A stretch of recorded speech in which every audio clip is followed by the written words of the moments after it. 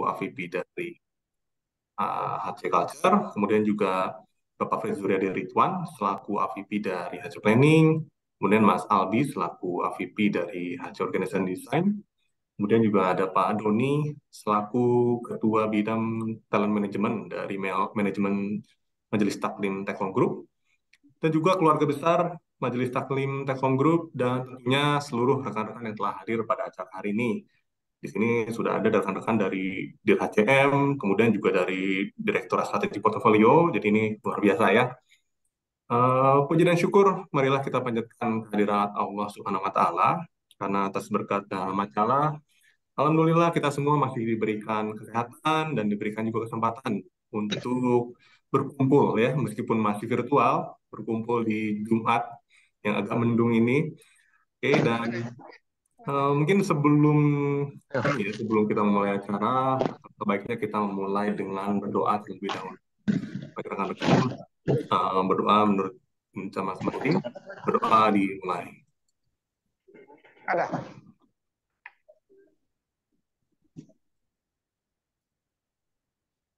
Amin. Doa selesai. Baik, rekan-rekan semua, pada kesempatan kali ini, insya Allah selama 1 jam ke depan, sebagai salah satu bentuk culture activation, kami selaku M telah berkolaborasi nih dengan Majelis Taklim Kampung untuk mengadakan kelas kajian spiritual, yaitu Bold Spiritual Health, Let's Live a Meaningful Life. Dan insya Allah kelas ini tuh akan terdiri dari 2 kelas atau 2 kegiatan, di mana untuk kelas satunya lagi akan dilaksanakan pada tanggal 6 Maret nanti. Jadi teman-teman boleh dicatat di kalendernya untuk ikut lagi di acara kemudian. Oke, untuk kelas sore hari ini, judulnya adalah setelah kerja, emang ada manfaatnya. Kalau misalkan nih teman-teman ada yang sering ngeluh, kok capek ya selama ini tiap pagi bangun pagi, terus kemudian kena macet, kok hidup gini-gini aja. Apalagi sekarang kan kita sedang menghadapi masa transformasi ya di Telkom gitu. Jadi workload pun semakin tinggi.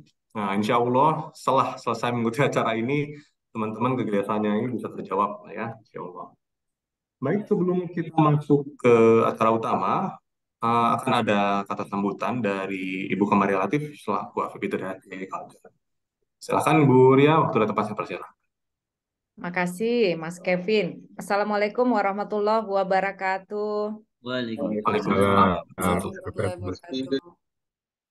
Alhamdulillah, puji syukur kehadirat Allah Subhanahu wa Ta'ala. Hari ini kita bisa berkumpul walaupun secara virtual dalam acara Bold Spiritual Wellness, Live a Meaningful Life gitu ya. Jadi kolaborasi antara Majelis Taklim Telkom Group dengan Bold HCSM.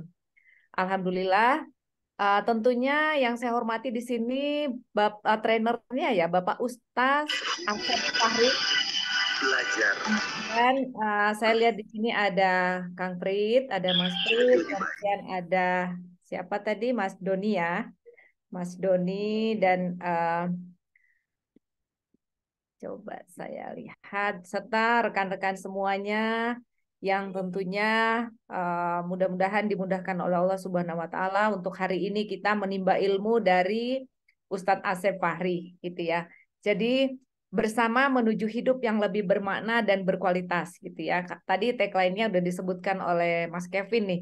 Lelah kerja emang ada manfaatnya gitu ya. Jadi mudah-mudahan dengan pencerahan yang akan kita dapatkan dari Ustadz Asep Fahri hari ini, kita akan mendapatkan meaning gitu ya, dari apa sih yang selama ini kita beraktivitas sehari-hari ini, mudah-mudahan sehari-harinya gitu ya, mudah-mudahan itu menjadi amal pahala buat kita semua. Terima kasih nih, terima kasih atas kolaborasi dari MTTG dan Bold HCSM. Mudah-mudahan nanti ini akan terus berlanjut dan memberikan makna buat kita. Dan tadi Mas Kevin mengatakan ada 2 sesi ya, nanti serial gitu. Mudah-mudahan kita semua terus terpanggil untuk hadir di dalam acara yang insya Allah akan sangat bermakna buat kita semua. Mungkin itu saja sambutan dari saya, tidak berpanjang lebar, dan saya selanjutnya menyerahkan ke Pak Ustadz Asep Fahri. Silahkan. Assalamualaikum warahmatullahi wabarakatuh. Waalaikumsalam warahmatullahi wabarakatuh.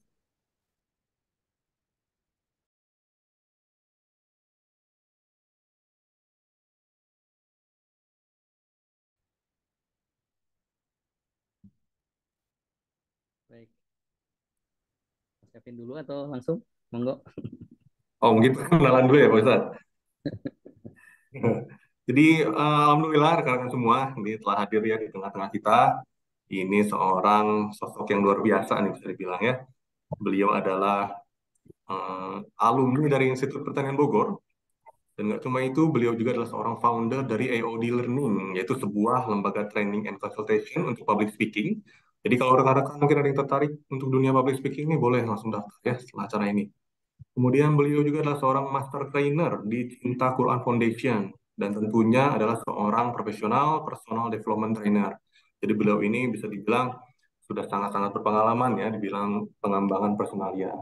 Oke, untuk mempersingkat waktu, mari kita sambut Bapak Ustadz Asep Supriyatna. Waktu dan tempat saya persilakan. Semangat, Pak Ustadz. Baik, makasih Mas Kevin. Yang saya hormati Ibu Ria, apa kabar Bu Ria? Dan Bapak-Bapak, Ibu-Ibu sekalian, Bismillahirrahmanirrahim. Assalamualaikum warahmatullahi wabarakatuh. Waalaikumsalam warahmatullahi wabarakatuh. Baik, bismillah, alhamdulillah, salatu wassalamu ala rasulillah wa ala alihi wa sahbihi wa mawalah, la hawla wa la quwata illa billah. Asyhadu an la ilaha illallah wahdahu la syarikalah wa asyhadu anna Muhammadan abduhu wa rasuluh alladzi la nabiyya wa la rasula ba'dah. Allahumma shalli ala Muhammadin wa ala alihi wa sahbihi ajma'in wa ba'd. Alhamdulillah, siang hari ini senang banget, sore hari ini senang banget saya bisa kembali hadir bersama teman-teman di Telkom. Sudah lama Bu Ria ya, nggak ke Telkom. Biasanya di Masjid Istiqomah tiap sebulan sekali. Ya, sekarang online ya. Betul, online gitu kan. Sejak kapan ya di Telkom itu dari mulai Telin, Telkom Internasional, kemudian masih dulu programnya SCM ya, apa? Spiritual Capital Management ya. Ya. Kebetulan saya diminta untuk mendelivery silabus SCM di Telkom. Alhamdulillah sore hari ini bisa bertemu. Selamat sore dan tentunya mudah-mudahan kebaikan, keberkahan untuk kita semuanya. Ya. Tadi sudah diperkenalkan, nama saya Asep, saya tinggal di Bogor. Aktivitas sehari-hari lebih banyak di bidang training, khususnya leadership dan public speaking. Mudah-mudahan nanti bisa banyak kita diskusi dan sore hari ini tentunya temanya luar biasa menegangkan. Ini nggak tahu nih Mas Kevin atau siapa yang bikin temanya ya. Lelah kerja emang ada manfaatnya. Wow, itu provokatif banget nih. Namun sebelum kita lanjutkan, izin kita akan polling dulu ya, Bu Ria ya, boleh ya? Oke, kita polling dulu teman-teman sekalian agar kita bisa lebih banyak berinteraksi ya. Oke, kita pollingnya cukup dengan menjawab yes or no. Ya, jawabannya yes, yes or no saja. Ya, di kolom komentar boleh ya Bapak Ibu sekalian. Di kolom komentar tinggal diketik aja yes or no. Saya akan tampilkan pernyataan. Kalau pernyataan ini gue banget, aku banget, yes ini saya gitu kan. Boleh diketik yes. Kalau enggak Kang Asep, boleh diketik no. Boleh ya? Oke, yang pertama. Profesi hari ini adalah cita-cita masa kecil saya. Yes or no? Boleh tahu. Oh no. Gimana nih Bu ya? Banyak yang no nih. Oh, ini serempak kayaknya ya. Tidak terjadi ikhtilaf, gitu kan? Tidak terjadi perbedaan pendapat. Hampir semuanya ya. Bu Opi, Pak Lukman, no. Ada nih Pak Zaim Ari Amin. Oh, oke. Mana Pak Zaim boleh dibuka audionya? Nanti dapat hadiah umroh ya dari Bu Ria ya. Kumpul di depan Masjidil Haram. Alhamdulillah. Oke, baik. Ini sejak kapan bercita-cita di bidang telekomunikasi, Pak Zaim? Saya sejak mungkin SMP gitu ya, ingin masuk ke Telkom melalui ya SMK Telkom itu Pak. Oke, baik, luar Ya. biasa. Boleh dong kasih jempol buat Pak Zaim Amin ya. Dari kecil sudah cita-citanya di Telkom ya. Oke, baik. Yang lain yang no nggak apa-apa ya. Karena memang kehidupan ini tiap kita punya jalurnya masing-masing. Oke, makasih Mas Zaim ya. Sip, mantap nih ya. Terima kasih Pak. Oke, baik. Pernyataan yang kedua, teman-teman sekalian. Oke, Kang Asep, saya ini bukan cita-cita saya dari kecil. Karena terkadang teman-teman sekalian ketika kita berkata cita-cita, saat TK cita-citanya A, saat misalkan jadi dokter, saat SD berubah lagi jadi tentara, saat SMP berubah lagi itu jadi apa, SMA berubah lagi. Kira saat kuliah cita-citanya apa kalau ditanya? Apa cita-cita kamu Mas?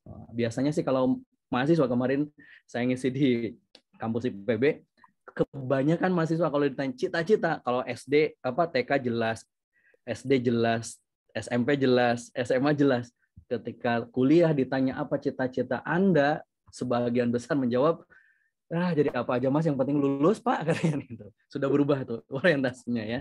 Oke, baik, nggak masalah. Terima kasih ya teman-teman sekalian. Baik, yang kedua, pernyataan yang kedua. Saya menjalani profesi hari ini karena terpaksa kondisi. Yes or no? Boleh dong diketik di kolom komentar, yes or no, terpaksa kondisi. Ya gimana lagi Pak, gitu kan? Loading kerjaan banyak, gitu kan? Ini terpaksa Pak, gitu kan? Oh, ada yang yes, Bu Herlina yes. Oke, baik. Yang lain? Oh, yes. Oke, baik. Terpaksa kondisi. Oke, good. Sekarang pernyataan yang ketiga, teman-teman sekalian ya. Pernyataan yang ketiga, pekerjaan saat ini adalah beban hidup yang begitu berat, apalagi loading pekerjaannya berat, transformasinya begitu cepat. Yes or no? Wow, nggak beban berat loh Bu, ya Bu Ria ya. Oke, baik. Oh, ada juga yang yes ya, Mas Suci. Oke, yes or no? Pekerjaan ini adalah beban hidup yang begitu berat. Oke, baik. Terima kasih.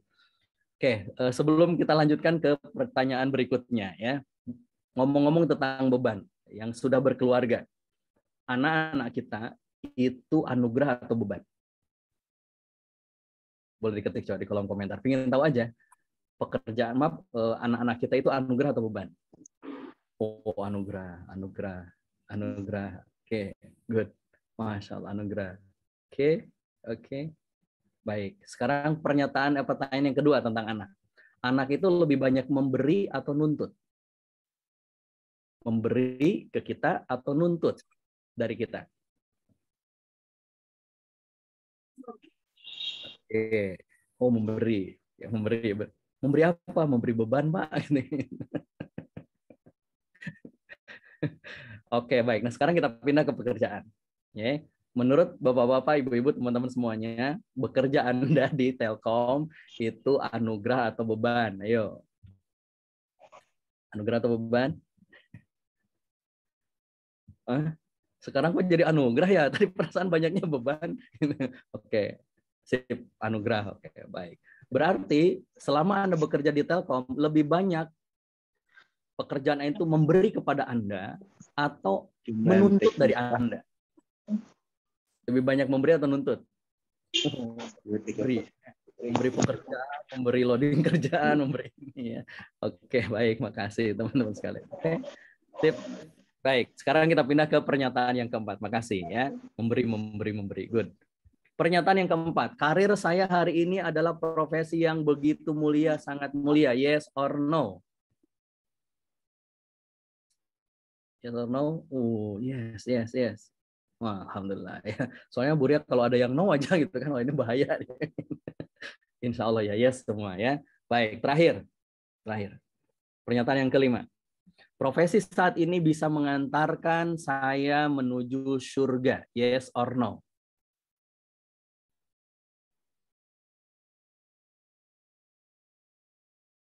Yes. Oke, baik.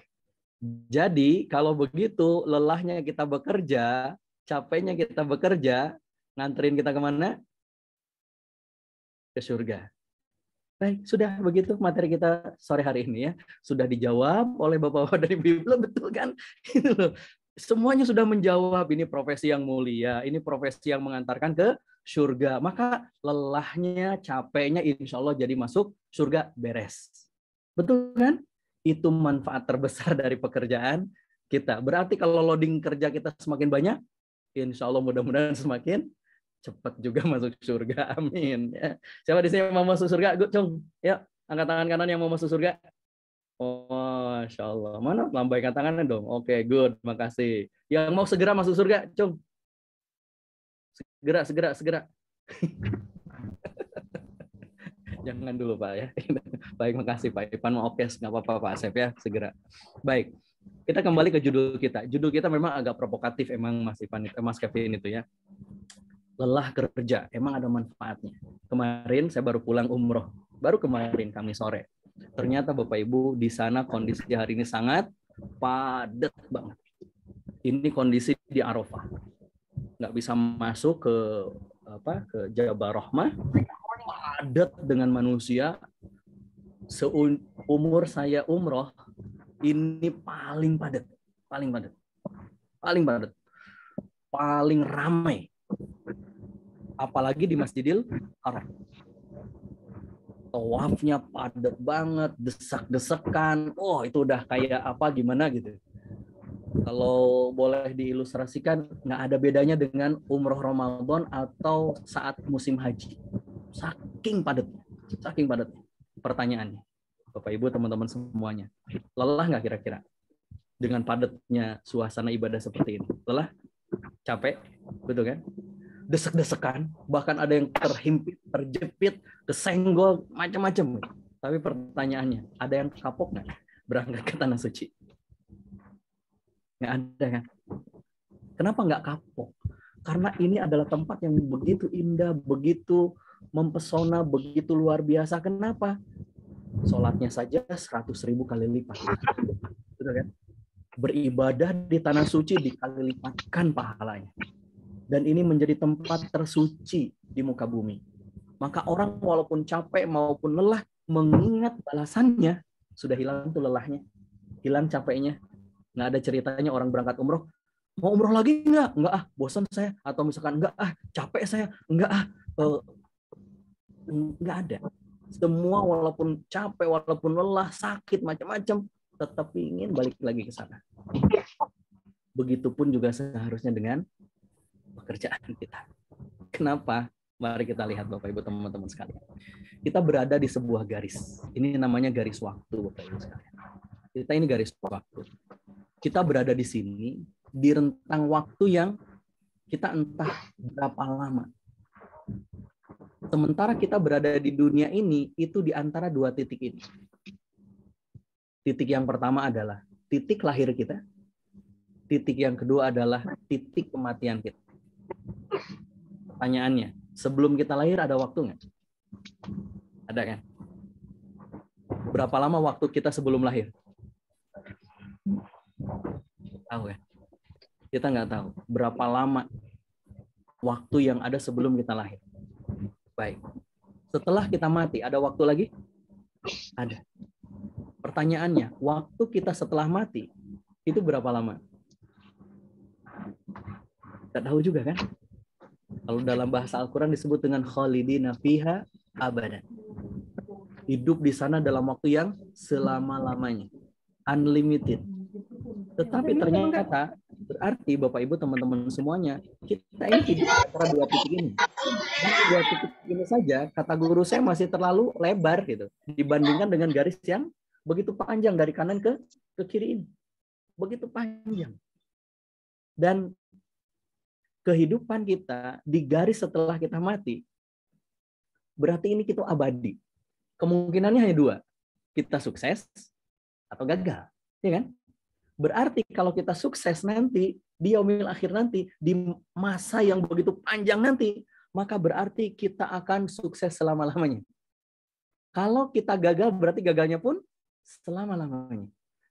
Dan kalau kita gagal, berarti menyesal. Menyesalnya selama-lamanya.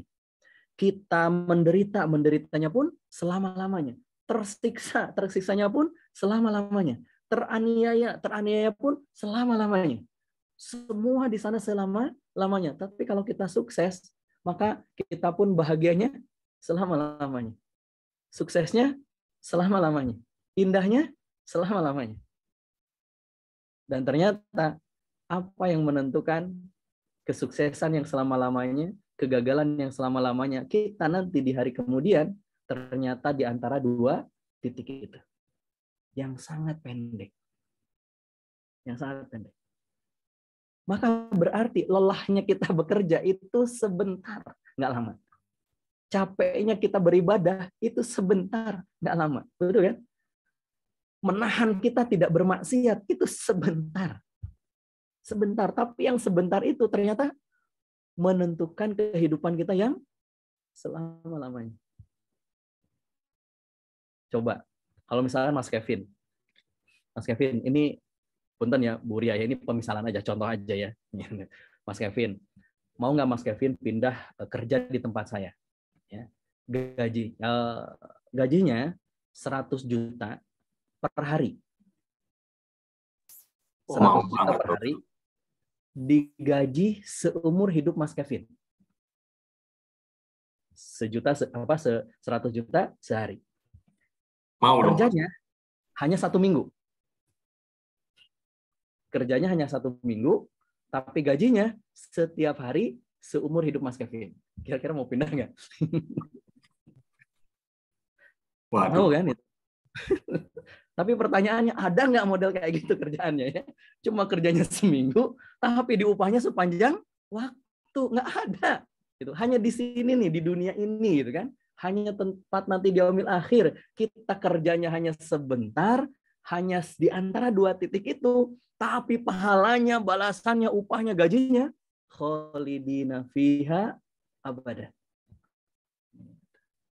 Maka kalau begitu teman-teman, yuk coba kita ilustrasikan. Hidup ini sangat sebentar. Sangat sebentar. Berarti kalau begitu, kalau hidupnya aja sebentar, kerja sebentar nggak? Sebentar. Sebentar. Ibadah sebentar nggak? Sebentar. Menahan diri kita dari berbohong, sebentar nggak? Sebentar. Hanya di dunia ini, karena dunia ini sebentar, kata Allah. Yang sebentar itu dan juga hanya sekali. Jadi Mas Kevin kalau tadi kerja seminggu, hanya seminggu itu aja. Nggak perlu diulang. Tapi kalau sukses kerjaannya, Mas Kevin digaji 100 juta per hari. Oh, kira-kira Mas Kevin sungguh-sungguh nggak seminggu itu? Sungguh-sungguh, Pak Ustaz. Sungguh-sungguh. Kenapa? Karena kalau nggak benar, disiksanya juga seumur hidup. Gitu. Kan begitu. Gitu. Luar biasa. Hidupnya sekali itu. Sekali. Dan yang sekali ini tidak bisa diulang. Gitu. Nggak bisa remedial. Nggak kayak ujian. Gitu. Kalau salah remedial, ini nggak bisa. Hanya satu one way gitu, satu jalan aja. Yuk coba kita perhatikan seberapa singkat kehidupan kita di dunia ini. Allah Subhanahu wa taala berfirman dalam surah An-Nazi'at. Ya, di dalam juz yang ke-30, pasti Bapak Ibu teman-teman pada hafal insyaallah ya. Allah berfirman, a'udzubillahi minasyaitonirrajim, ka'annahum yauma yarawnaha lam yalbathu illa 'ashiyatan aw duhaha. Ka'annahum, seperti kita itu nanti di yaumil akhir itu, yauma yarawnaha, di hari kiamat nanti itu, yarawnaha, melihat kehidupan dunia, lam yalbathu, tidak lama, illa asyiyatan aw duhaha, kecuali hanya sesaat di sore hari atau di siang hari. Coba Mas Kevin dan Bapak Ibu sekalian, sesaat itu berapa lama? Berapa lama? Sesaat. Kalau dalam hitungan waktu kita lah, berapa detik sih sesaat itu? Ya kan? Sebentar. Sebentar saja, kata Allah. Jadi ketika kita nanti di yaumil akhir, Bapak Ibu sekalian, melihat kehidupan dunia, itu hanya seperti kita sesaat di waktu sore dan pagi hari. Sore aja sebentar, pagi juga sebentar. Ini sesaat dari waktu sore dan pagi. Kalau kata guru saya, sekejap mata. Coba Bapak Ibu kejapin matanya. 1, 2, 3. Ah, itu segitu.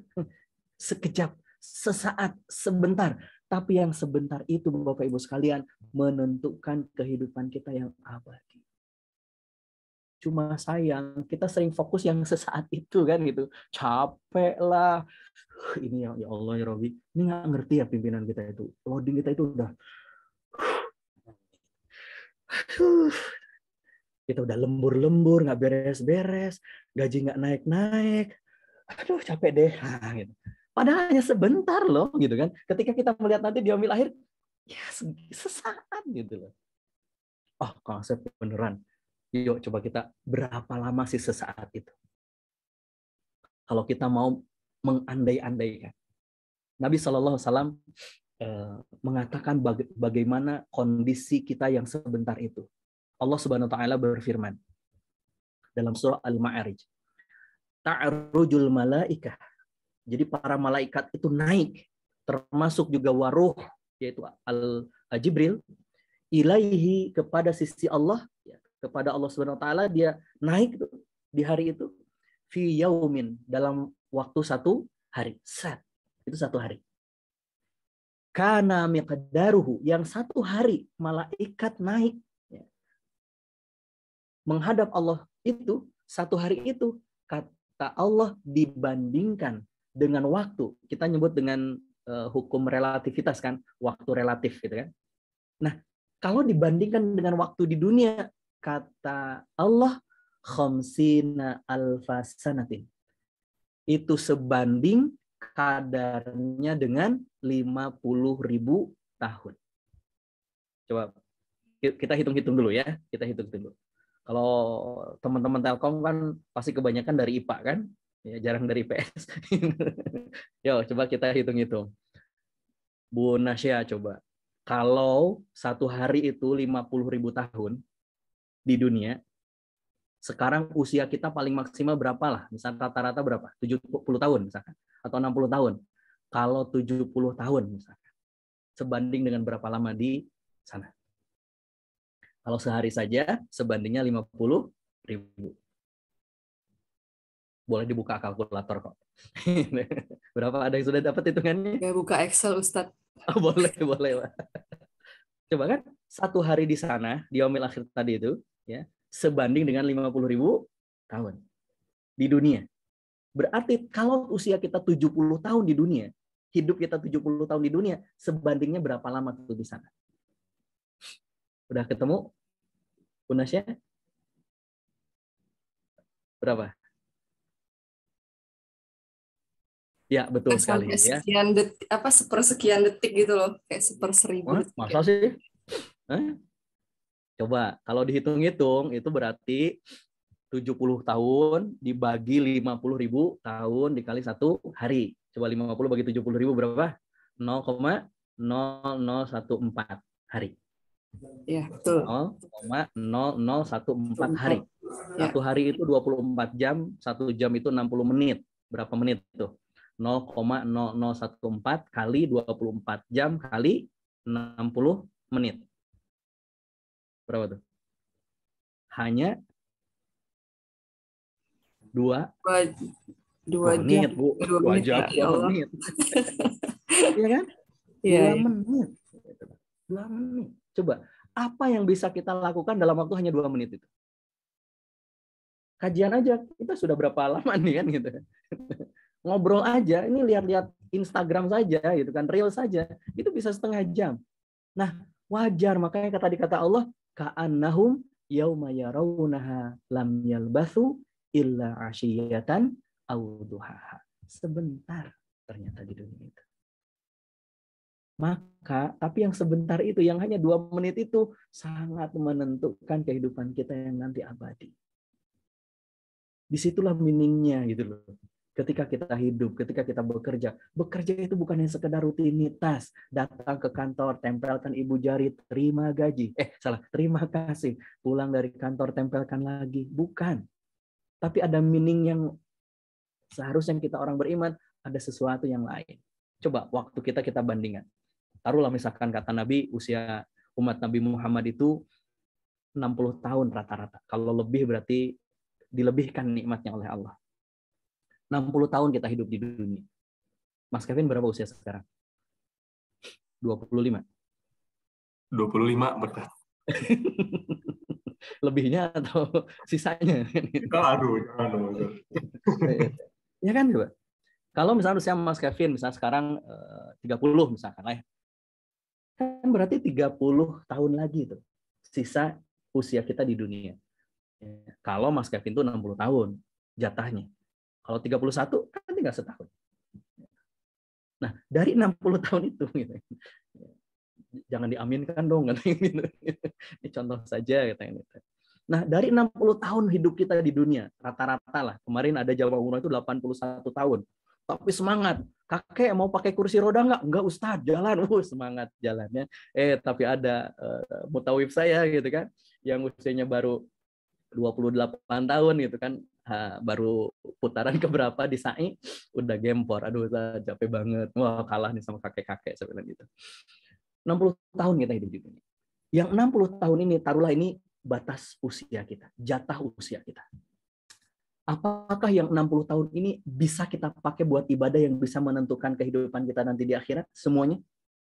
Bisa nggak dipertaruhkan, menentukan? Enggak, kata Nabi. Kenapa? Kata Nabi, rufi al-qalam an salasin. Diangkat pena, nggak ditulis tuh catatan amal kita itu ya, untuk 3 orang.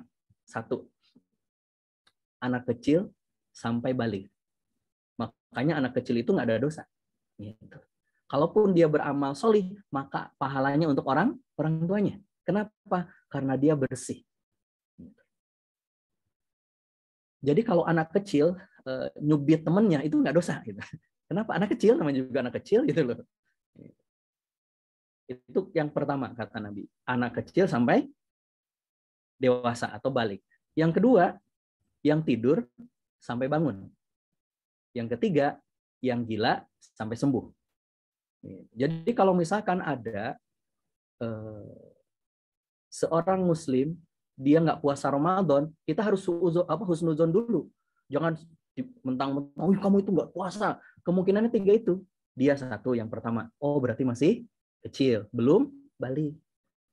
Yang kedua lagi tidur, gitu kan? Gitu. Atau yang ketiga sedang gila, gitu. Kalau perempuan lagi head mungkin, gitu kan? Oke, baik, kembali. Apakah 60 tahun itu kita pakai semuanya buat beraktivitas yang dicatat oleh Allah, yang menentukan nanti di yaumil akhir nanti suksesnya abadi atau tidak? Ternyata tidak. Kenapa? Dipotong masa kita prabaligh. 0 sampai kalau kata Imam Syafi'i maksimal 15 tahun. Maka berarti 0 sampai 15 tahun amal-amal kita itu belum dicatat gitu loh. Belum dicatat. Berapa 15 tahun itu? 1/4-nya kan dari 60 tahun. Kan 15 tahun. Sudah dipotong tuh, sisa berapa tuh? 45 tahun. Apakah 45 tahun kita pakai juga buat beraktivitas, sholat, ibadah, dan sebagainya, sehingga dicatat? Enggak. Kenapa? Dipotong juga masa tidur. Kata Nabi kan, orang yang diangkat penanya itu nggak dicatat, itu orang yang tidur. Jadi kalau kita nggak mau berdosa, itu melakukannya saat tidur. Insya Allah nggak berdosa. Misalkan Mas Kevin mau apa ya? Itu saat tidur itu nggak berdosa. Nyubit Pak Ipan itu nggak berdosa kalau Mas Kevinnya saat tidur. Itu nggak dosa. Kenapa? Karena lagi tidur. Gitu. Tidur kita berapa sehari? Berapa lama tidur kita sehari? Halo? 8 jam, Pak Ustaz. 8 jam? Itu tidur malam atau plus siang? Kalau tidur malam ya rata-rata 6 jam lah kurang lebih ya sampai 7. Tapi kalau tadi betul Mas Kevin ya ditambah di kereta tidur kan gitu kan.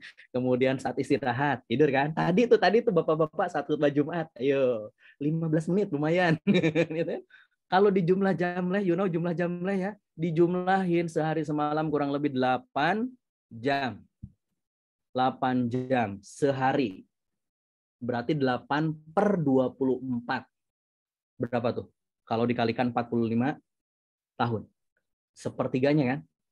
Berarti 15 tahun tuh waktu kita tidur yang nggak dicatat sama Allah, amal-amal kita di situ. Mudah-mudahan kalau tidurnya niatnya baik menjadi ibadah ya. Sekarang kerja Kang Asep. Kerja di Telkom berapa jam sehari? 8 jam kan? Betul kan? 8 jam ya? 8 jam. 8 jam kerja sehari. Berarti 1/3 lagi. Udah 15 tahun juga. Usia kita habis untuk bekerja. Sisanya untuk apa? Sisanya buat sholat, sisanya buat umroh, sisanya buat puasa, dan lain sebagainya tuh. Sisanya dengan beramal-amal yang lain. Pertanyaannya, dari 4 kolom ini, coba perhatikan yang waktu kita kerja. 8 jam.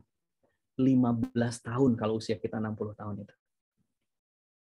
Artinya apa teman-teman sekalian dari sini? Maknanya apa?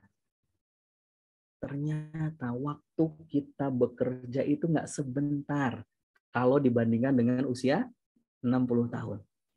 Lama. Kebayang nggak? Yang 15 tahun itu, yang 8 jam per hari itu, kalau tidak jadi pahala, rugi. Betul kan? Berarti membuang 15 tahun usia kita. Sudah dipotong masa akil balik, belum lagi kalau pernah gila gitu kan, dipotong berapa tahun mungkin gitu kan, dipotong lagi kerja, coba. Tapi kata Nabi, maaf, kata Allah Subhanahu wa taala di dalam Al-Qur'an, bisa kok teman-teman sekalian. Kerja kita yang 15 tahun itu menjadi pahala sepanjang 8 jam kerja itu. Gitu. Bisa loh teman-teman, ketika kita duduk di depan komputer, di depan laptop, kita ngurusin pekerjaan, kata Allah bisa itu menjadi pahala yang bisa menentukan surga atau nerakanya kita. Bisa. Dari mana dalilnya? Allah yang bilang. Kata Allah di dalam surah Al-Mulk, surah yang sering kita baca. Allah Subhanahu wa taala berfirman, "Alladzi khalaqal mauta wal hayata liyabluwakum ayyukum ahsanu amala." Kata sang nabi, kata Allah, apapun yang kita lakukan nih di dalam kehidupan ini, ayyukum, sebagai ujian atas kalian, liyabluwakum ayyukum ahsanu amala, agar kita itu bisa beramal dengan amal terbaik. Berarti kalau begitu, seberapa lama seberapa banyak pahala kita saat bekerja, seberapa ahsan pekerjaan kita. Makanya Telkom dulu, sekarang masih nggak sih spirit ihsan itu? Masih nggak? Masih kan? Ihsanul amal. Bagaimana agar pekerjaan kita itu menjadi pekerjaan yang ihsanul amal. Syaratnya kata para ulama hanya 2. 1, niatnya ikhlas. 2, caranya benar. Jadi kalau misalkan kita bekerja, lelah, apa manfaatnya? Kalau ikhlas dan benar, surga. Itu aja. Bonus, gaji, itu mah tambahan. Yang pentingnya masuk surga. Betul nggak? Setuju nggak? Nggak apa-apa gajinya gede, yang penting masuk surga. Betul kan? Kita bekerja, capek, berangkat pagi, pulang malam gitu kan. Lelah, emang lelah. Tapi kalau itu termasuk ihsanul amal, maka semua waktu dalam pekerjaan kita itu tercatat sebagai ibadah. Coba bandingkan waktu yang tadi itu dengan waktu sholat kita. Lebih lama mana? Sholat atau kerja? Sehari semalam itu. Kerja kan gitu. Sementara kalau kita ngandelin sholat saja, paling cuma sehari 5 kali 5 menit. 25 menit. Itu pun belum dipotong nggak khusyuk, belum dipotong garuk-garuk, belum dipotong ngantuk gitu kan. Kerja 8 jam, Allah jamin itu bisa menjadi pahala. Ketika apa? 1, ikhlas. 2, benar. Maksudnya apa ikhlas itu? Berarti ketika kita bekerja semata-mata lillah. Makanya dulu di programnya SCM ya, masih ingat ya Bu Ria ya, ada bekerja bismillah, bekerja lillah, bekerja mahabbah, dan lain sebagainya tuh. Saya masih ingat, masih nyimpen tuh buku-bukunya. Kenapa? Karena itulah meaningnya kerjaan kita. Bukan sekedar kita berangkat, pulang, kerja. Enggak. Tapi ini dalam rangka lillah. Maka lelahnya, kalau lillah, insya Allah berkah, berbuah surga. Bisa dipahami sampai di sini? Nah, ketika kita berbicara tentang ihsanul amal ini, berarti kan kita amanah. Kalau dalam core value-nya akhlak kan, kita tuh amanah melakukan sesuatu sesuai dengan standar profesional yang ada itu, yang diberikan kepada kita. Maka mulai sekarang gimana dong caranya Kang Asep biar kerjaan kita itu menjadi lebih berkah, berbuah pahala. Ada 5 sikap yang harus kita lakukan. Tapi syaratnya Bapak Ibu lakukan sekarang juga. Siap nggak? Siap nggak? Halo, siap nggak? Siap, Ustaz. Oke, siap ya. Ikutin saya ya. Oke, sebentar. Saya ganti dulu mode ya. Berubah. Oke, baik. Ada 5 sikap ya yang harus kita lakukan. Yang pertama, ikutin saya, perhatikan saya. Yang pertama, coba 1, 2, 3. Nah, wajahnya juga harus. Nah, oke. Yang belum on cam boleh on cam ya. Yang pertama apa? Oke. Yang kedua, biar kerja kita meskipun lelah tapi berbuah berkah. Yang kedua, tangannya yang kanan disimpan di dada masing-masing. Tarik nafasnya dalam-dalam lalu hembuskan. Elus-elus. Nah, itu yang kedua. Yang ketiga tangan kanannya ke depan seperti ini. Digoyang-goyang lalu putar-putar. Oke, good. Yang lain mana yang lain? Oke, siap coba. Yang kedua. Mana yang kedua? Yang kedua. Yang pertama? Oke, yang ketiga? Oke, yang ketiga ya. Yang keempat. Yang keempat, kedua tangannya di dadanya masing-masing seperti ini. Yang keempat. Nah, yang keempat. Siap. Dan yang kelima ini. Oke, sip. Nah, itu 5 sikap yang harus kita jaga biar kita bisa bekerja meskipun lelah, capek, insya Allah berbuah berkah. Apa saja Kang Asep 5 hal itu? Ya, coba kita bahas satu persatu ya. Yang pertama, kira-kira apa yang pertama tadi? Masih ingat nggak? Kira-kira apa, Mas Kevin? Kalau menang dapat hadiah. Oh, kira-kira apa? Semangat. Semangat. Oh, oke. Yang lain boleh diketik di kolom komentar. Nah, apa? Pak Ipan, Pak Zaim. Siap.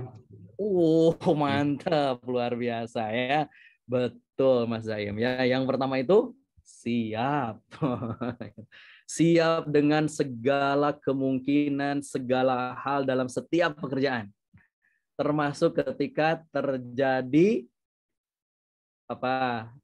transformasi. Kita harus siap. Kalau nggak siap, saya jamin capek, keluarnya ngeluh. Kenapa nggak siap? Sama seperti menikah. Menikah itu akan jadi problem kalau nggak siap. Termasuk kita mati bermasalah kalau nggak siap. Makanya khotib selalu bacain ayat ini nih. Ya ayyuhalladzina amanu ittaqullaha wal tanzur nafsum ma qaddamat lighad. Persiapkan. Nah, gitu. Makanya kalau Telkom terjadi transformasi, kitanya harus siap. Karena memang dunia ini berubah. Kalau Telkom nggak berubah, tertinggal Telkom. Betul nggak? Coba dulu kita kenal namanya pager. Tahu nggak pager? Yang tahu berarti ketahuan usianya berapa. Karena anak muda nggak ngerti pager. Tapi kan pager nggak berubah, akhirnya terselip. Nokia hancur habis, ya kan? Nggak berubah. Nggak terjadi transformasi, dikalahkan oleh Android. Gitu. Harus siap. Maka berarti mulai sekarang biar kerja kita jadi tenang, lelahnya pun jadi tenang, jadi senang, bahagia, meaningful, siap. Seperti kita kalau ke masjid itu harus siap sendalnya tertukar. Nah, iya betul kan? Namanya juga ke masjid. Gitu. Punya anak harus siap, kerja harus siap. Kita diangkat jadi leader harus siap. Siapin segalanya. Sama seperti kita mau berangkat umroh kan, harus siap bekalnya, harus siap mentalnya, harus siap ilmunya. Betul kan? Sama. Kerja juga begitu. Yang kedua, kira-kira apa yang kedua? Mas. Oke, Pak. Ya, betul sekali ya. Yang kedua, lebih tepatnya Pak Ipan, sabar. Betul nggak? Apakah semua transformasi di perusahaan itu sesuai dengan yang kita harapkan? Enggak, gitu. Kadang kita pinginnya begini, pimpinan pinginnya ke sana. Kadang pinginnya begini, perusahaan pinginnya ke sini. Sabar. Sama seperti tadi khutbah Jumat. Kenapa ngantuk? Ya, bapak-bapak tadi tidur nggak tuh di Istiqomah? Kalau ngantuk itu tandanya nggak sabar. Ya, nggak sabar nyimak khutbah. Baru dibaca innal hamdalillah. Nanti bangun saat apa? Allah maghfiril muslimin wal muslimat. Amin. Nggak sabar nyimak. Padahal di dunia ini sabar dan syukur itu apa ya, pasangan yang akan menentukan kebahagiaan kita dalam bekerja, dalam hidup. Pak Edwin nggak akan bahagia kalau nggak sabar dan syukur. Betul kan? Nggak akan bahagia. Nggak akan berhasil kalau nggak sabar dan syukur. Coba. Nabi saja menggambarkan al-mu'min alladzi yukhalitun nasa wa yusbiru ala adahim khairun. Manusia orang beriman yang dia berinteraksi di masyarakat, dia bekerja di situ, dia beraktivitas di situ. Kadang sabar kan? Ada sesuatu yang, oh ini teman-teman cepetan atuh, ini udah telat. Kan ada yang begitu kan? Sabar. Ini kan kajian jam 3.45. Mana. Sabar. Laporan belum beres. Sabar. Tugas makin banyak. Sabar. Atau nggak sabar juga tetap banyak. Saya tuh kemarin ada jamaah yang hilang sendal. Saya bilang, ingat Bu. Tapi kan Ustaz, sabar Bu. Karena nggak sabar juga tetap hilang. Beres. Sabar dulu. Juga ya Pak ya. Iya. Karena yang membuat kita jadi tenang, bahagia, meaningful itu karena kita sabar. Dan kata Nabi, seorang mukmin yang bergaul di masyarakat, bekerja di masyarakat, berinteraksi di masyarakat, perlu sabar nggak? Coba Anda bekerja dengan teman-teman di kantor, perlu sabar nggak? Perlu sabar kan? Itu. Tapi kata Nabi, khairun, itu lebih baik daripada seorang mukmin yang meninggalkan kerumunan, yang meninggalkan kantor, lalu dia berujlah menyendiri di masjid sholat sendirian terus, nggak mau bergaul. Kata Nabi, itu lebih baik yang berinteraksi di tengah masyarakat. Yang penting sabar. Gitu. Coba kerjaan kita nih. Sekarang aja kajian, ini kajian sore-sore lagi, pekerjaannya banyak juga. Sabar. Oke. Ya, yang kedua. Yang ketiga sekarang. Yang ketiga apa kira-kira? Ayo, apa tuh? Ada yang bisa tebak? Apa? Ya, betul ya. Kalau kata jamaah saya, jangan banyak belanja, Ustaz. Bukan ya. Jangan didramatisir, keep simple aja, buat simple aja. Apa yang membuat kita menjadi nggak bahagia dalam bekerja? Karena kita sering mempersulit diri, didramatisir terus. Ingat tuh pesan Agim dulu tuh saat masih SMA, saya masih ingat pesannya Agim. Kalau nasi sudah jadi bubur, jangan pusing mikirin gimana caranya bubur itu kembali menjadi nasi. Yang harus dipikirkan adalah simple aja. Cari ayam goreng suwir-suwir, bawang perulukin, kasih kerupuk, kasih kecap, jadi bubur ayam. Itu namanya keep it simple. Jangan didramatisir. Kerjaan banyak, jangan didramatisir, Pak. Sama seperti ibu-ibu nih yang sudah menikah, betapa banyak para istri itu stres hanya gara-gara hanya melihat handuk basah punya suaminya tergeletak di atas kasur. Papa, udah diingetin sama mama. Sabar. Jangan didramatisir. Ayo coba ibu-ibu jawab pertanyaan saya. Buka mikrofonnya. Ibu, ya para istri, duhai para istri, membantu suami itu pahala atau dosa? Jawab. Mana suaranya ibu-ibu? Halo ibu. Pahala. Suami itu pahala atau dosa, Bu? Pahala. Pahala. Kalau melihat pahala harusnya sumringah atau stres? Sumringah. Nah, udah selesai itu terjawab. Jadi kalau melihat handuk basah punya suami tergeletak di atas kasur, harusnya sumringah atau stres? Alhamdulillah. Nah, gitu. Jadi mulai sekarang jangan didramatisir. Kalau melihat handuk basah punya suaminya, langsung berbinar-binar. Wow, pahala. Gitu beres. Pindahin, beres. Gitu loh. Jangan didramatisir. Kerjaan kita capek. Iya capek, semua juga capek. Nggak ada yang kerja nggak capek. Gitu loh. Betul kan? Nggak usah didramatisir, nikmatin aja, semakin capek mudah-mudahan jadi pahala. Langkah kanan menggugurkan dosa, langkah kiri mengangkat derajat, terus begitu. Setiap tetesan keringatnya kata Nabi menggugurkan dosa. Aduh rugi nih, ber-AC terus, keluar biar berkeringat. Jangan didramatisir, simpelin aja ya. Siap ya? terjadi transformasi, perubahan besar-besaran. Disenyumin aja. Siapa beres gitu loh. Gimana nanti ya? Kemana nanti lah. Gitu loh. Yang penting jalan dulu. Insya Allah nggak mungkin Allah memberikan kita tanpa makna. Oke, jadi buat simpel aja. Makanya kata para ulama, kematian akan ditemui di dunia, sedangkan kehidupan hakiki ada di akhirat. Allah memang menentukan adanya kematian dan kehidupan di dunia, namun Allah menjadikan dunia ini sebagai negeri kehidupan yang pasti akan binasa. Sebentar. Kerjanya sebentar, capeknya sebentar, lelahnya sebentar, sabar dan jangan didramatis ya. Lihatnya itu adalah pahala. Jadi Bu Ria sejak sore hari ini, kalau loading kerjaannya ditambah, pasti nih teman-teman itu sumringah. Wow, pahala gitu Bu Ria ya. Setuju nggak ini teh? Oke, keempat. Ya, tadi yang keempat apa? Yang harus kita lakukan, yang keempat kesini apa kira-kira? Ya, daripada stres mikirin orang lain, stres memperbaiki orang lain, lebih fokus evaluasi diri aja. Kalau ada sesuatu yang nggak sesuai dengan keinginan kita, oh iya, mungkin selama ini saya banyak dosa sehingga Allah kasih kerjaan lebih banyak biar menghapuskan dosa. Beres tuh kan? Oh mungkin kan gitu. Saya itu kalau ada jamaah yang kehilangan handphone, kehilangan sendal di masjid, saya bilang jangan didramatisir. Terus gimana dong Ustaz? Panas. Telepon suami. Terus bilang, papa sendal hilang. Terus gendong, beres. Simple. Beli di depan bin Daud 5 real, 10 real, jadi sendal.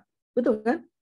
Yang keempat, evaluasi. Kalau sendal hilang, banyak istighfar Bu. Saya bilang, iya ya Ustaz, ya mungkin selama ini sering ngambil uang di dompet suami tanpa izin. Nah itu dia. Ya, diambil tuh sendalnya sama Allah. Gitu.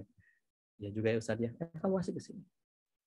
Perbaiki diri, perbaiki kerjaan kita, perbaiki kualitas kerjaan kita, sehingga kerjaan kita menjadi lebih produktif. Dan evaluasi amal itu kata Fudayl bin Iyad itu dua hal tuh. Yang pertama dari sisi keikhlasannya, yang kedua dari sisi kualitasnya. Ya, bagaimana benar atau tidak, sesuai standar atau tidak. Kalau sudah, insya Allah pekerjaan kita jadi nikmat. Lelah sih, tapi nikmat. Oke, sampai di sini bisa dipahami? Oke, dan yang terakhir, ini sudah tahu semua. Agar pekerjaan kita menjadi berkah, nikmat, menjalaninya meaningful, selalu berpasrah kepada Allah dalam doa-doa kita. Tidak ada yang tidak mungkin bagi Allah. Tidak perlu khawatir. Nanti gimana masa depan karir saya? Jangan hidup Anda dikendalikan oleh pikiran Anda. Emang kenapa? Enggak. Biarkan Allah yang mengatur kehidupan kita.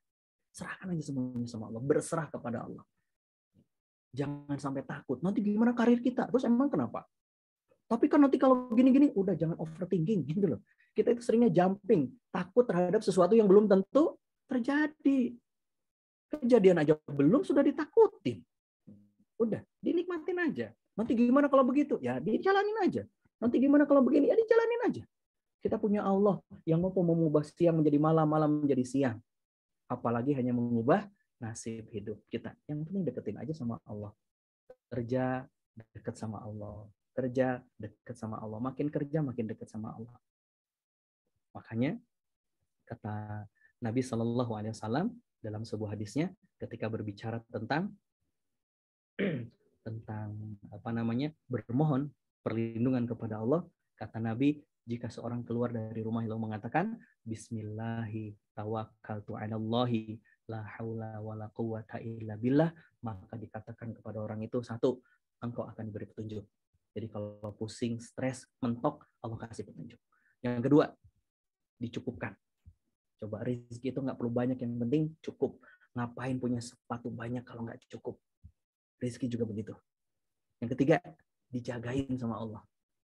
Udah cukup kan?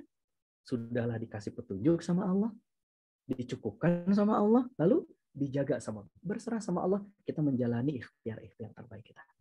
Maka mudah-mudahan setelah apapun pekerjaan kita, manfaatnya apa tadi? Surga. Nah itu aja. Gaji mah bonus. Sebagai penutup, yuk kita renungkan. Nah, sabda Nabi Shallallahu Alaihi Wasallam, dalam sebuah sabdanya Nabi Shallallahu Alaihi Wasallam bersabda yang begitu indah, yang mudah-mudahan menjadi inspirasi buat kita. Kata Nabi, jika dia bekerja menafkahi anak-anaknya yang masih kecil, maka kata Nabi, fi sabilillah. Jika dia bekerja menafkahi orang tuanya, fi sabilillah. Jika enggak, dia orang tuanya kaya, belum menikah juga, belum punya anak, dia menafkahi untuk dirinya sendiri, juga sama kata Nabi, fi sabilillah. Itu semuanya kita sedang berada di jalan Allah. Dan kalau kita sedang berada di jalan Allah, insya Allah kita akan dibahagiakan oleh Allah. Jangan sampai pekerjaan kita merenggut kebahagiaan hidup kita. Sekali lagi, jangan sampai pekerjaan kita merenggut kebahagiaan kita, maka bekerjalah dengan bahagia. Dengan meaning yang tadi. Mudah-mudahan bermanfaat. Terima kasih. Wa'alaikumsalam. Saya serahkan lagi kepada Mas Kevin. Assalamualaikum warahmatullahi wabarakatuh. Waalaikumsalam warahmatullahi wabarakatuh. Wah, materi yang luar biasa sekali ya Pak Ustadz. Jadi kalau boleh saya simpulkan ya, bahwa kita ini sebagai manusia, waktu hidup di dunia ini sangat-sangat singkat ya. Tapi dalam waktu singkat ini bisa menentukan nasib kita di akhirat kelak. Jadi harusnya nih hari Senin nanti teman-teman yang masuk kantor ini harusnya lebih semangat ya. Nggak ada lagi yang ngeluh, nggak ada lagi yang telat. Kalau yang masih sering kayak gitu nanti nauzubillah ya masuk neraka. Oke, rekan-rekan, kurang lebih masih ada waktu 10-15 menit lagi ya. Kita akan masuk ke sesi tanya jawab. Dan kalau mau bertanya bisa langsung raise hand saja. Dan nanti kita juga sudah menyiapkan link aja ya untuk beberapa pertanyaan pilihan yang akan diberikan setelah acara ini selesai. Silakan rekan-rekan kalau ada yang mau bertanya. Nah, ini udah ada satu ya dari Mas Hendrasto. Silakan Mas Hendrasto. Iya, terima kasih Mas Kevin. Assalamualaikum warahmatullahi wabarakatuh. Waalaikumsalam warahmatullahi wabarakatuh. Waalaikumsalam. Terima kasih Pak Asep, penjelasannya sungguh menggugah hati ya. Alhamdulillah. Yang mau ingin saya tanyakan Pak Asep, Ustadz Asep ya. Terkadang kita itu bekerja, mungkin niatnya oke dengan ibadah gitu ya. Kita bekerja lebih dari 8 jam gitu Ustadz Asep. Jadi lebih dari 8 jam, terus kadang-kadang kita lelah. Kadang-kadang yang membuat kita agak sedikit sedih itu ketinggalan sholat. Misalnya ketinggalan sholat tahajud, misalnya katakanlah kita karena kita lelah, kita nggak sempat nih sholat tahajud, selalu ketiduran gitu ya. Atau mungkin karena kita sibuk bekerja gitu, kita lupa atau tidak sempat membaca Al-Quran atau menghafalkan Al-Quran, seperti itu Pak Ustadz. Jadi bagaimana menyikapi kesedihan hati itu Pak Ustadz? Ya. Terima kasih Pak. Assalamualaikum warahmatullahi wabarakatuh. Mas Hendra sudah menikah? Alhamdulillah sudah. Alhamdulillah. Baik, makasih ya. Berarti kesedihannya sekarang berkurang karena sudah menikah. Oke, baik Mas Hendra. Yang pertama yang ingin saya sampaikan buat teman-teman semuanya. Jangan jadikan pekerjaan kita sebagai kambing hitam kita nggak beribadah. Kenapa? Yang pertama, karena kerja itu juga ibadah. Bahkan, punten mohon maaf, bekerja itu bagi laki-laki hukumnya apa? Wajib, sunnah, mubah, makruh, atau haram? Wajib. Wajib. Berarti pahalanya lebih besar bekerja atau salat tahajud? Bekerja Pak Ustadz. Bekerja. Gitu. Maka jangan jadikan kerja itu sebagai kambing hitam. Itu dulu ya yang pertama. Jadi jangan sampai, aduh ini gara-gara kerjaan saya nggak bisa tahajud. Bukan begitu caranya. Sekarang mindsetnya dirubah. Gimana caranya agar kerjanya lancar, tahajudnya lancar gitu. Jadi jangan jadikan kerja itu sebagai penyebab kita nggak ibadah. Contoh tadi misalkan nggak bisa baca Quran, Ustaz, gara-gara nih kerjaan banyak gitu kan. Karena kerjaan kita yang banyak atau karena kita yang memang nggak niat baca Quran. Saya kalau misalkan dulu masih ngantor di Jakarta, dulu saya ngantor juga di Kuningan sebelum pindah ke Bogor. Itu saya terbiasa dengan teman-teman itu di kereta saja itu bisa menghabiskan 1 juz bolak-balik itu. Di kereta loh. Artinya apa? Nggak ada urusan dengan pekerjaan gitu loh. Bisa berangkat setengah juz, pulang setengah juz. Belum lagi misalkan saat kita istirahat. Jadi jangan jadikan alasan gitu ya. Jadi kesedihannya jangan berlarut-larut Pak ya. Bisa kok. Tinggal kita manage itu waktu kita. manage diri kita. Termasuk contoh tahajud. Kalaupun memang kita kecapean, para ulama dulu bahkan para sahabat boleh kok tahajud sebelum tidur. Gitu loh. Kalau khawatir nanti bablas subuh.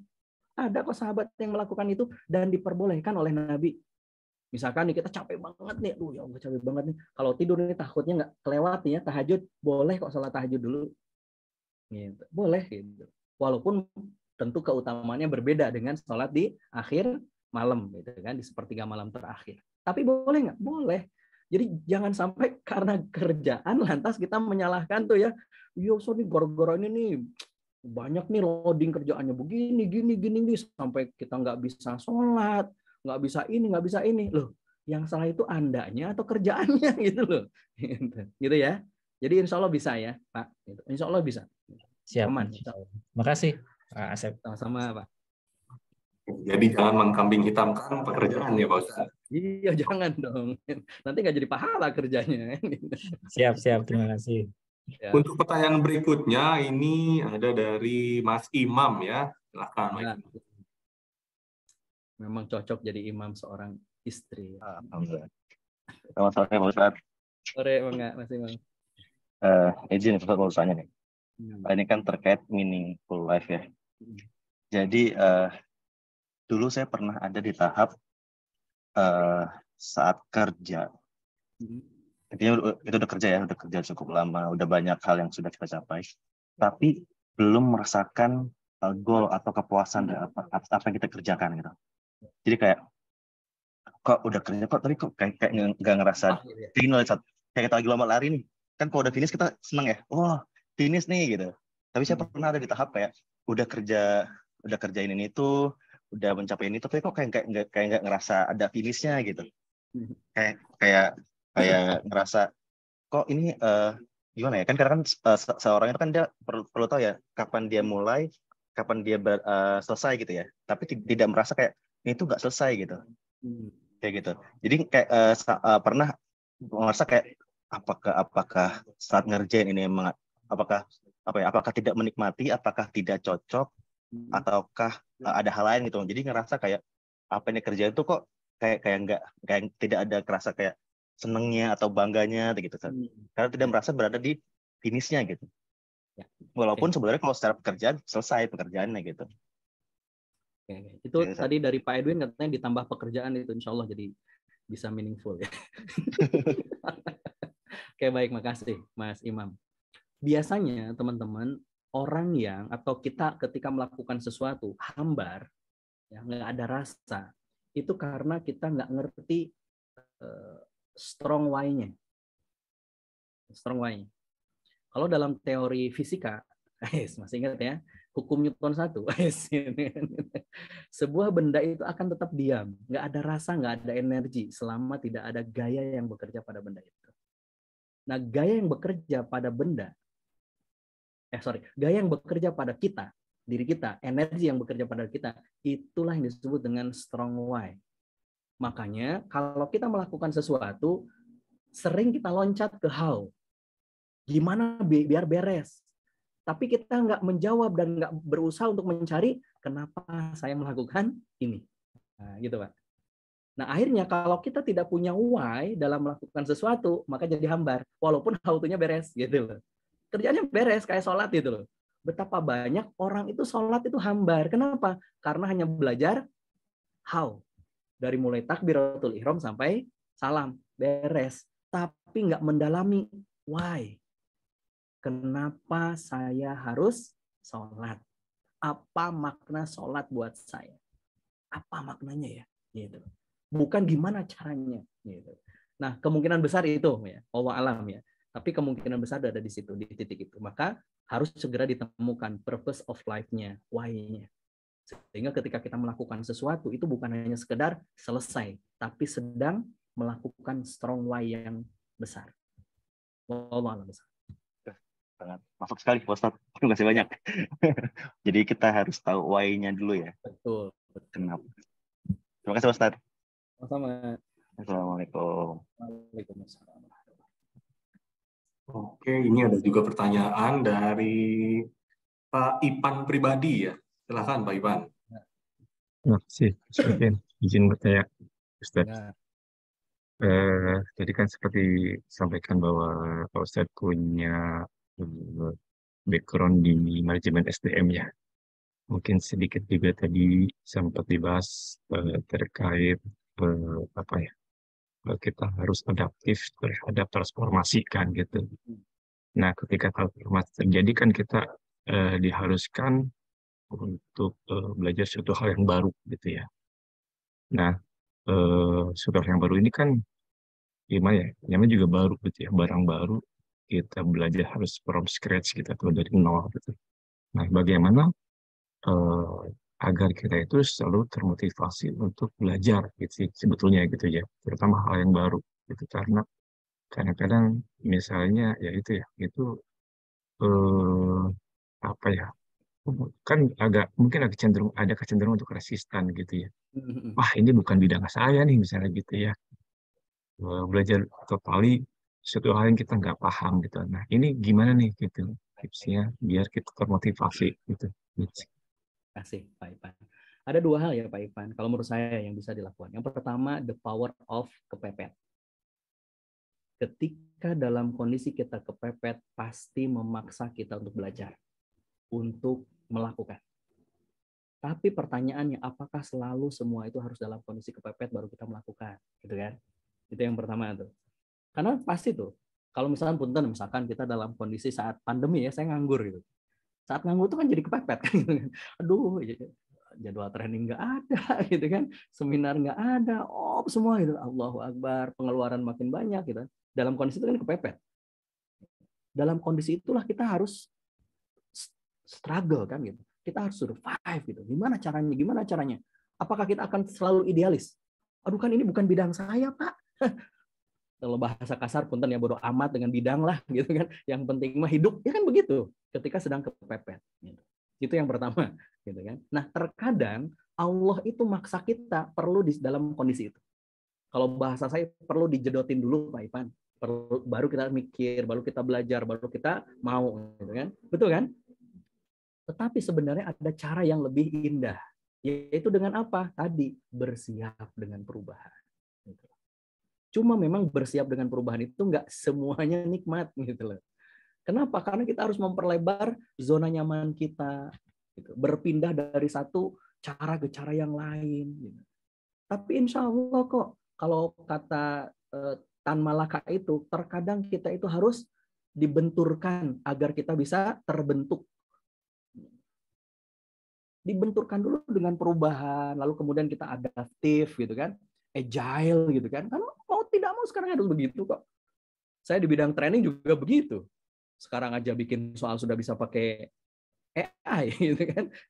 Semua sudah pakai AI gitu. Kita masih begini ya, nasib kita kayak punten tadi ya, pager jangan-jangan. Nasib kita kayak Kodak jangan-jangan gitu.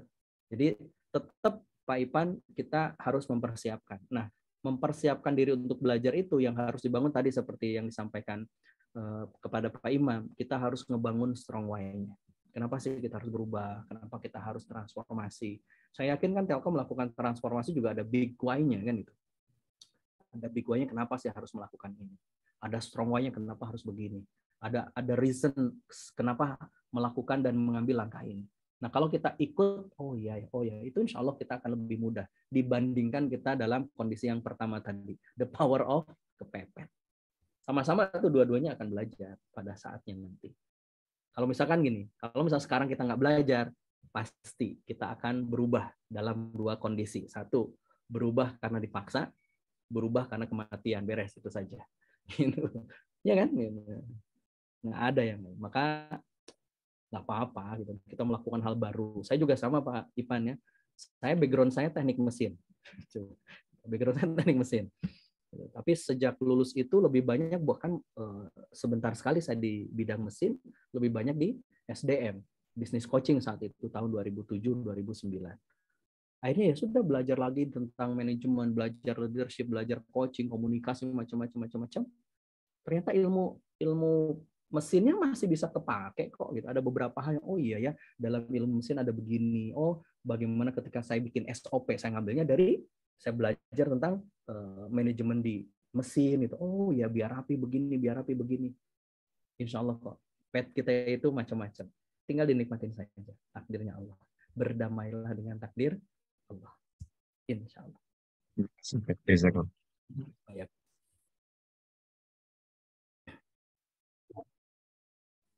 Ya, ini karena keterbatasan waktu ya Pak Ustaz. Mungkin itu tadi pertanyaan terakhir.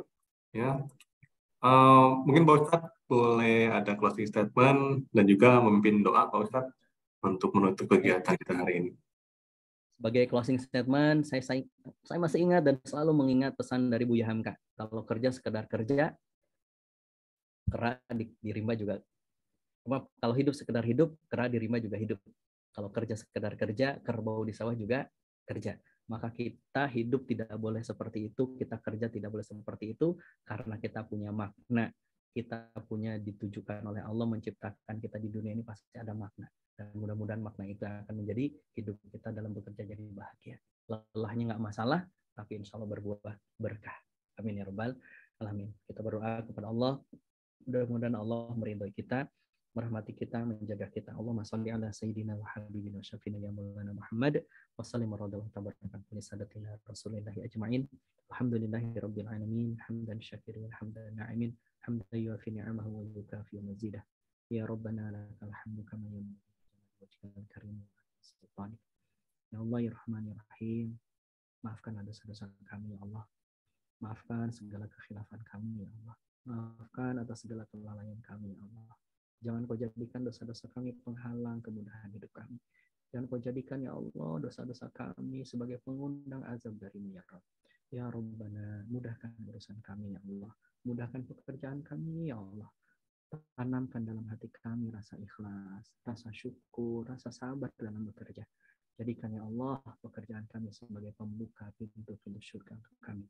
Ya Allah, temani kami dalam hidup ini ya Allah. Temani kami dalam kerjanya Allah. Bantu kami dalam urusan-urusan kami ya Allah, karena la haula wala quwwata illa billah.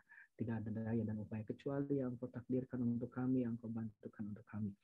Maka ya Allah, ridhoilah pekerjaan kami, berkahilah pekerjaan kami ya Allah. Tanamkan dalam diri kami keistiqomahan dalam ibadah. Jadikan kerjaan kami sebagai ibadah. Jadikan setiap langkah kami sebagai ibadah.